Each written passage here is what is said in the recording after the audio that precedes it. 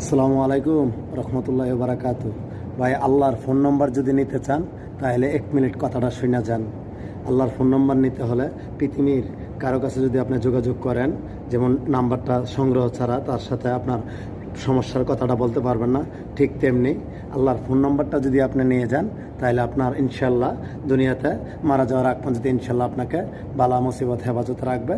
ঠিক আছে, তাহলে আল্লাহর হতালার মোবাইল নাম্বারটার তাহলে আপনারা অন্তরের মাধ্যমে উঠান। মোবাইল নাম্বারটা হলো, ঠিক আছে, ফজরের নামাজ 4 রাকাত, জোহরের নামাজ 12 রাকাত, আসরের নামাজ 8 রাকাত, মাগরিবের নামাজ 7 রাকাত, এশারের নামাজ 17 রাকাত। এই নাম্বারটা দিয়ে, আর বেশি ইমার্জেন্সি যদি হয় তাহলে তাহাজ্জুদের মাধ্যমে ইমার্জেন্সি কল মারবেন। আর নর্মাল হলে তাহলে এই নামাজগুলা চেষ্টা করবেন আদায় করার জন্য, তাহলে আল্লাহর সাথে আপনার কথা উদান প্রদান হয়ে যাবে। আসসালামু আলাইকুম রহমতুল্লাহ।